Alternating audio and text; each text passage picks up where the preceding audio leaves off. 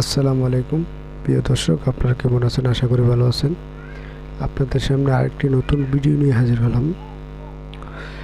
Israel ইরানের পারমাণবিক স্থাপনায় হামলা চালাচ্ছে। যুক্তরাষ্ট্র বলছে যে চালাবে না, সে জায়গায় ইসরায়েল চালাইছে। তো ইরানও আবার পাল্টা হামলা চালাইছে। ইসরায়েলের 200 আহত নিহত হয়েছে। একবারে বাপটাই দিছে ইসরায়েলে এত বাড়া বাড়ছে, মানে বাপটা হায়। ইসরায়েল তোর বাপ ইরান, ইরান তোর বাপ, বুঝস? বাপ রে চিনে রাইস, তোরে নাম নিশরা মুচ্ছেই ফেলাবে ইরান। রোলাল টেম্পু মেম্পু কোনো কাজ হবে না, সব তো করে ছাই বেড়া দিবে এই দেশ। যেই কামড়দার নামছে ইরান, সব দেশ মানে একেবারে তোর দেশ একবারে ছাই করে দিবে। তো ভালো হয়েছে গিয়ে ইসরায়েল, ভালো তো টাকা পয়সা লাগে না।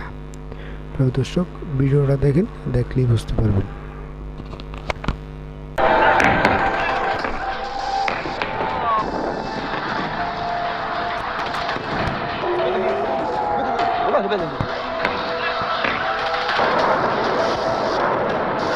মুসলিম দেশগুলো পারমাণবিক শক্তি অর্জন করবে এ যেন কল্পনাতেও হতে দিতে চায় না যুক্তরাষ্ট্র ও ইসরায়েল।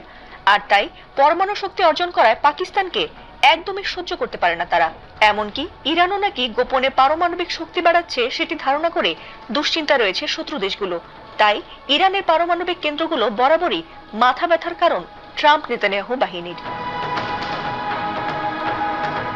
ইরান যেন কখনো পারমাণবিক শক্তি না বাড়াতে পারে সেজন্য বারবার সেখানে হামলা চালায় ট্রাম্প ইসরায়েল। এমনকি এবারের যুদ্ধেও ট্রাম্প হামলা করবে না বলার পরও ইসরায়েল ঠিকই ইরানের পারমাণবিক স্থাপনায় হামলা করে বসে। আর সেটিরই প্রতিশোধ যে ইরান ভয়াবহভাবে নেবে তা বোধহয় আঁচও করতে পারেনি নেতানিয়াহুর দেশ ইসরায়েল। ইরানের নাতাঞ্জ পারমাণবিক স্থাপনায় হামলার কড়া জবাবে এবার ইসরায়েলের দিমোনা পারমাণবিক রিসার্চ সেন্টারে ক্ষেপণাস্ত্র ছুড়েছে ইরানের বিপ্লবী গার্ড বাহিনী। আর তাতে তছনছ হয়ে গেছে সেই অঞ্চল। এমনকি তাতে ইসরায়েলের দক্ষিণাঞ্চলীয় শহর দিমোনা ও আরাদে শতাধিক মানুষ আহত নিহত হয়েছে। আহতদের অনেকের অবস্থা আশঙ্কাজনক।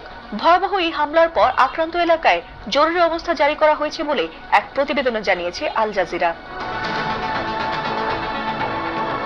ইরানের বিপ্লবী গার্ড বাহিনী আইআরজিসি অবশ্য দাবি করেছে এই হামলায় ইসরায়েলের 2 শতাধিক মানুষের প্রাণহানি হয়েছে। তবে ইসরায়েলের পক্ষ থেকে কারোর নিহতের খবর নিশ্চিত করা হয়নি।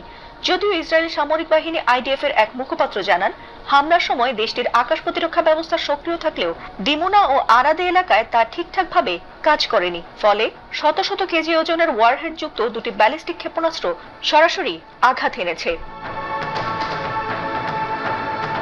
যদিও এ বিষয়ে ইসরায়েলিরা তেমন কিছু না জানালেও আন্তর্জাতিক পরমাণু শক্তি সংস্থা জানিয়েছে, দিমোনায় অবস্থিত শিমন পেরেস নেগেভ পারমাণবিক গবেষণা কেন্দ্রে কোনো ক্ষতির ইঙ্গিত তারা পায়নি। সেই এলাকায় অস্বাভাবিক বিকিরণের মাত্রাও শনাক্ত করা হয়নি। এছাড়াও বিষয়টি তারা নিবিড়ভাবে পর্যবেক্ষণ করছে বলে জানিয়েছে সংস্থাটি। যদি ভিডিওটা ভালো লাগে লাইক, শেয়ার, কমেন্ট করে জানাবেন। আর এরকম নতুন কোনো ভিডিও পেতে চ্যানেলটা সাবস্ক্রাইব করবেন। সবাই ভালো থাকবেন। আল্লাহ হাফেজ।